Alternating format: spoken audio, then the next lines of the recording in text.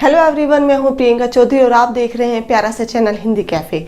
आप सभी का हमारे प्यारे से चैनल हिंदी कैफ़े में हार्दिक अभिनंदन है। और मैं आज आपके लिए एक ऐसा टॉपिक लेकर आई हूं जिसमें आपको काफ़ी कन्फ्यूजन रहता है, लेकिन आज ये सारे कन्फ्यूजन को हम करने वाले हैं बाय बाय।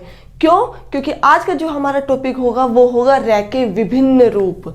आपके कॉम्पिटिटिव एग्जाम में किस तरीके से क्वेश्चन पूछे जाते हैं कि आपको 4 ऑप्शन दे दिए जाते हैं, उसमें से कभी तो पूछ लिए जाते हैं कि किस शब्द में से रैक का प्रयोग किया गया है, किस शब्द में रैक का प्रयोग नहीं किया गया है और किस शब्द में री का प्रयोग किया गया। इस तरीके से आपके क्वेश्चन आते हैं। तो क्या करते हैं हम उनमें, हमें दिखते तो हैं, जब उनको उच्चारण करते तो वो सारे दिखते तो रहे हैं, लेकिन उनमें रह है नहीं है या किस रूप में है ये हम पता नहीं कर पाते और हमारा एक छोटा सा क्वेश्चन आते आते हमारा क्या हो जाता है, गलत हो जाता है। तो आज से वो क्वेश्चन बिल्कुल भी गलत नहीं होगा। देखिए, सबसे पहले मैं आपके सामने कुछ एग्जाम्पल देती हूं। पहला है हमारा वज्र, राष्ट्र, वृत्त, वर्ग, रवीना। तो अब हमें इन 5 वर्ड्स में से ये देखने हैं कि कौन से शब्द में कौन से रैह का प्रयोग हुआ है। मतलब रैह का सामान्य प्रयोग है, कहीं पर आधा है, कहीं पर पूरे रैह का प्रयोग है, और वो रैह कौन से कहलाते हैं। क्लियर? तो देखिए, फर्स्ट है वज्र। तो एक तो होता है हमारा रैह का सामान्य रूप, रैह का सामान्य रूप। सामान्य रूप अर्थात स्वर सहित, जिसमें रैह में स्वर का प्रयोग किया जाता है। बिल्कुल सिंपल रैह जो आपको पूरा दिखाई देता है। जैसे इसमें कौन सा एग्जाम्पल है, वो रवीना। तो यहां ये रैह क्या है, रैह का सामान्य रूप है, मतलब रैह में ए स्वर है, तो ये रैह सामान्य रूप हो गया। सेकंड आता है हमारा रैह का पदेन रूप, रैह का पदेन रूप। अब ये पदेन रूप क्या होता है भाई, यहां आप कंफ्यूज हो जाओगे। लेकिन पदेन, पदेन अर्थात पैरों में लगने वाला, पैरों से संबंधित। पद का अर्थ क्या होता है, पैर, पैरों में लगने वाला। अब आप सोच रहे हो किसी के पैरों में जाके कैसे लगेगा। देखिए, हमारा जो फर्स्ट था वज्र, जो पदेन रूप होता है उसमें एक तो रैह इस तरीके का आता है और एक आता है इस तरीके का। ये दो होते हैं पदेन रूप में। क्लियर? एक तो रैह इस तरीके का होता है और एक रैह इस तरीके का होता है।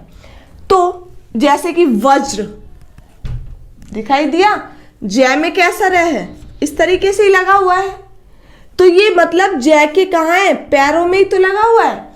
लेकिन याद रखना है आपको कि इस प्रकार का पदेन रूप का रैह जिस भी वर्ण के नीचे लगा दिखाई दे, उसका मतलब वो वर्ण तो क्या है, आधा है, और ये रैह यहां क्या होगा, पूरा।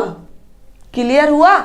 जहां पदेन रूप में आपको रैह दिखाई दे, वो जिस वर्ण के पैर में लग रहा है वो वर्ण तो होगा आधा और वो रैह होगा हमारा पूरा। क्लियर हुआ? अब यहां जो वज्र है इसका हम वर्ण विच्छेद करके देखते हैं। वर्ण विच्छेद भी आते हैं ना, एक क्वेश्चन पूछ लिया जाता है, तो किस प्रकार से करोगे आप वर्ण विच्छेद। वह में ए स्वर है, इसके बाद जय। अभी मैंने क्या बताया था, जिसमें भी नीचे ये इस तरीके का पदेन रैह दिखे उसका मतलब वो वर्ण तो क्या है, आधा होगा। तो यहां जय तो कैसा है, आधा, और रैह कैसा है, पूरा। क्लियर? रैह में आ गया, रैह पूरा हो गया, लेकिन जय में कोई स्वर नहीं गया, इसलिए क्या रहेगा, आधा रहेगा। क्लियर हुआ? अब देखिए, जैसे कि ट्रक, हमारा यहां राष्ट्र दिया हुआ है, ये देख लीजिए आप, राष्ट्र। तो इसका वर्ण विच्छेद क्या होगा, रैह आ शै टे रैह। ठीक है? क्यों? क्योंकि जिस भी वर्ण के नीचे ये लग रहा है, ये रैह तो होगा हमारा पूरा और टे होगा हमारा आधा। क्लियर? इसलिए ये रैह हमारा यहां पर क्या हो गया, पूरा हो गया। तो पदेन रूप क्या होता है, पैरों में लगने वाला, लेकिन जिस भी वर्ण के पैर में रैह लगेगा वो वर्ण तो आधा होगा और रैह हमारा क्या होगा, पदेन रूप में पूरा। क्लियर हुआ रैह का पदेन रूप। अब आपको ये कंफ्यूजन हो सकता है कि मैम आपने पदेन रूप में रह तो दो बता दिए, लेकिन इन दोनों रह का प्रयोग हम करेंगे कहाँ? तो मैं आपको बता दूं कि जो ये वाला रह है इस तरीके का, ये तो हमारे गोलाकार वर्ण जैसे ट, ड, ढ, ठ आदि शब्दों में करेंगे इनका, तो ठीक है। और बाकी जो वर्ण बच जाएंगे उनमें हम इस पदेन रह का प्रयोग करेंगे। क्लियर हुआ? तो अब हमारा थर्ड देखिए क्या होता है, रह का रेफ रूप। रह का रेफ, रेफ किस तरीके से होता है? इस तरीके से ऊपर लगा हुआ, इसको हम क्या कहेंगे? रह का रेफ रूप। क्लियर? रह का रेफ रूप, जैसे कि हमारा वर्ग में लगा हुआ है। ठीक है। अब रेफ, रेफ का अर्थ ही क्या होता है? स्वर रहित। स्वर रहित, स्वर के बिना, और स्वर के बिना होगा तो उसका मतलब वो क्या होता है? वर्ण आधा होता है। और र यहां पर स्वर के बिना है, स्वर से रहित है, इसका मतलब जो यहां पर र होगा वो कैसा होगा? आधा। क्लियर? रह का सामान्य रूप आप जान गए, रह के पदेन रूप आप जान गए, उसमें रह पूरा होता है, लेकिन जो रह का रेफ रूप होता है उसमें रह कैसा होता है? आधा, हलंत वाला। क्लियर हुआ? अब मैं आपको एक एग्जाम्पल देती हूँ। क्या होता है, आपने देखा होगा कि स्कूल में जब असेंबली होती है, हम प्रेयर वगैरह करते हैं, तो कुछ बच्चे काफी वीक होते हैं, जैसे नेशनल एंथम होता है, तो जब उस टाइम में बिल्कुल ऐसे अटेंशन पोजीशन में खड़ा रहना होता है, तो उन्हें कई बार क्या होते हैं? चक्कर आ जाते हैं, और चक्कर आते ही वो गिरते हैं। जैसे ही वो गिरते हैं तो जस्ट उनके पीछे वाला जो होता है वो उसको संभालता है, क्योंकि आगे वाले का इतना ध्यान नहीं रहता जितना कि किसका रहता है? पीछे वाले का। तो जैसे ही वो पीछे वाला संभालता है, तो उसी प्रकार से जो यहाँ रेफ रूप होता है रह का, उसमें, उस शब्द में जहां ये होगा तो जस्ट उसके पीछे वाला संभालेगा उसको। पीछे वाला संभालेगा मतलब पिछले वाले वर्ण के ऊपर ये रह चला जाएगा। क्लियर हुआ? किस तरीके से? एग्जाम्पल देखिए, वर्षा। अब हम इसका करते हैं सबसे पहले वर्ण विच्छेद। मैं आपको यही बोल रही हूं कि जहां पे आपको थोड़ा बहुत डाउट लगे वही वर्ण विच्छेद कर देना, क्लियर हो जाएगा आपका। वर्षा, वर्ण विच्छेद होगा व ए स्वर है इसमें, रे। क्यों?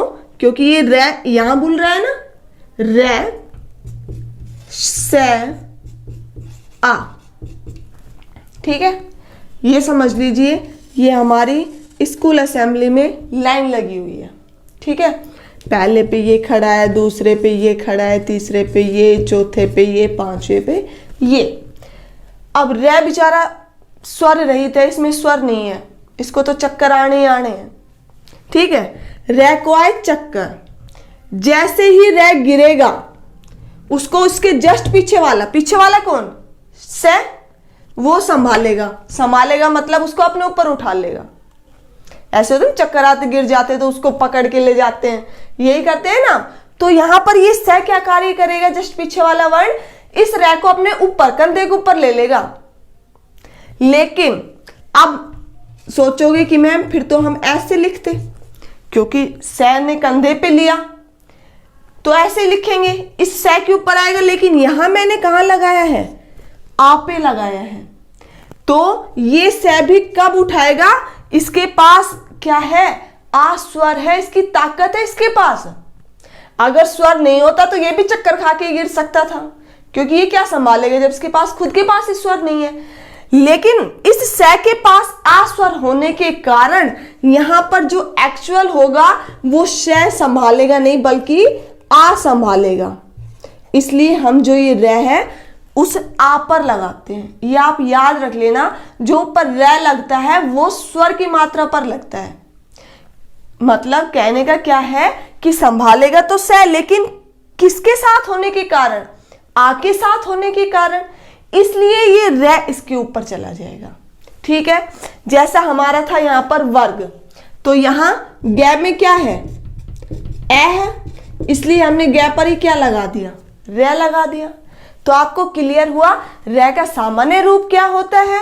रे का पदेन रूप क्या होता है और रे का रेफ रूप क्या होता है। क्लियर। लेकिन आपको एक बात ये याद और रखनी है कि जब हम लिखेंगे तो उस रे को लिखेंगे ऊपर, लेकिन जब उसका उच्चारण करेंगे तो जिस वर्ण के ऊपर लग रहा है उससे पहले होगा उसका। जिस वर्ण के ऊपर रे लगा हुआ आपको दिखाई दे रहा है उस वर्ण से पहले आपको उस रे का उच्चारण करना पड़ेगा। क्यों? क्योंकि एक्चुअल पोजीशन में तो वो रे उससे पहले ही होता है, तो उच्चारण भी हम उससे पहले ही करेंगे। और रे आधा होता है इसलिए हम उसका उच्चारण थोड़ा सा तेज करेंगे, उस पर ज्यादा जोर नहीं देंगे। अब जैसे आप यहां वर्षा है उसको क्या बोलोगे? वर्षा, ऐसे नहीं वर्षा, क्योंकि रे आधा है तो थोड़ा स्पीडली बोलेगा। वर्ग, वर्ग नहीं वर्ग। क्लियर हुआ? तो अब देखिए हमारा एक एग्जाम्पल बचा हुआ है, वो है वृत्त। अब इसमें कौन सा रे होता है? तो मैं अभी हमेशा मैं आपको क्या बता रही हूं कि आप क्या करना है, सबसे पहले वर्ण विच्छेद कर डालो, उसका पोस्टमार्टम कर डालो। तो यहां देखो वृत्त इस तरीके से लिखा हुआ है, वर्ण विच्छेद होगा व री त ए, यही होगा वृत्त। ऐसे बोलते हैं ना, आपको रे दिख तो रहा है लेकिन ये रे नहीं है, ये क्या है? री है। और री रे का रूप नहीं होती, री तो हमारी क्या होती है? स्वर होती है। री क्या होता है? स्वर होता है हमारा, ना कि रे का रूप होता है। इसलिए ये रे, ये वाला जो होगा, इस तरीके के जो एग्जाम्पल होंगे वो हमारे किसमें? रे के रूप में नहीं आएंगे। तो आपको कॉम्पिटिशन एग्जाम में इसी तरीके की जैसे 4 ऑप्शन दे दिए और पूछ लिया इसमें कौन से में रे नहीं है, तो अब आप बिल्कुल कंफ्यूज नहीं होना है। क्यों? क्योंकि हमें पता चल गया कि रे के कौन कौन से रूप होते हैं। और जो इस तरीके का वृत्त, री, जहां री बोले, जहां री का उच्चारण, इस री का उच्चारण ये नहीं है, बोलते तो हम ऐसे ही ना वृत्त, लेकिन ये नहीं है री, ये वाली री है। और ये किस में आती है? हमारे स्वर में आती है।